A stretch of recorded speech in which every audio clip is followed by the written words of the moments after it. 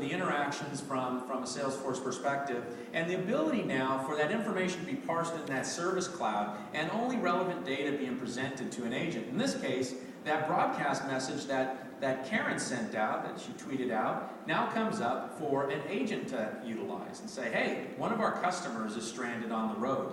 We are here to help, and to do a quick text out to that customer, to Karen O, and say, we're here to help, need a little bit more information from you.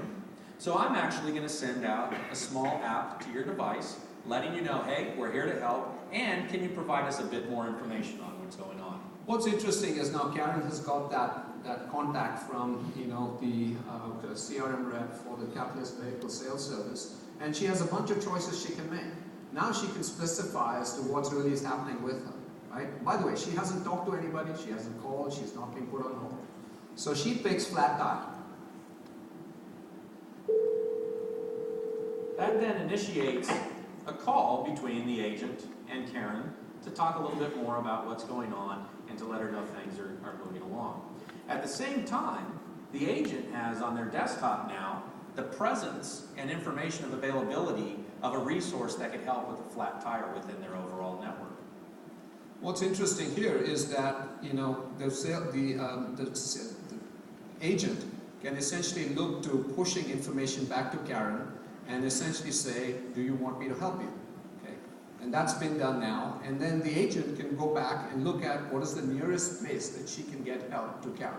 And through Web 2.0 technologies as well, the ability for the agent to facilitate an interaction with the tow truck driver, making sure that not only do they show as present and nearby, but they're able to take this call right now, right? And have that interaction happen within that. And if so, once they identify the right tow truck driver in this case, facilitate a three-way call to continue that conversation. I'm going to add our tow truck driver onto the call. Is that okay? Sure, no problem.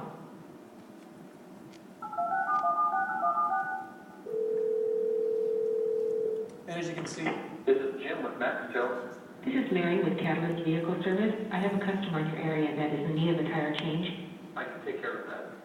So as you can see, it comes up onto the iPhone for a conference call, and they facilitate the interaction to assure that things are going to be taken care of and figure out the next steps on getting your tire changed. So you can see again, everything here is proactive. You've got a set of agents sitting down and monitoring a particular Twitter network, or a chirp network in this case, and be in a situation where they can react to customer issues. Now this could have been any issue. This could be a positive issue, a negative issue, it could be just a question. And now the agent has the opportunity of in fact chirping back to Karen's entire network. So building that brand, right?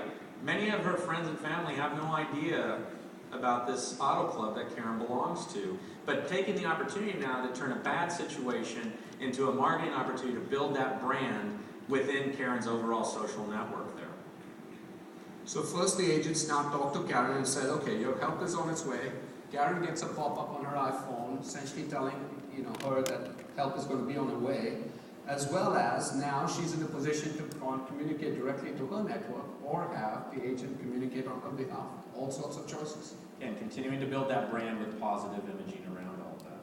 And almost instantly, the rest of her network know that she's taken care of, right?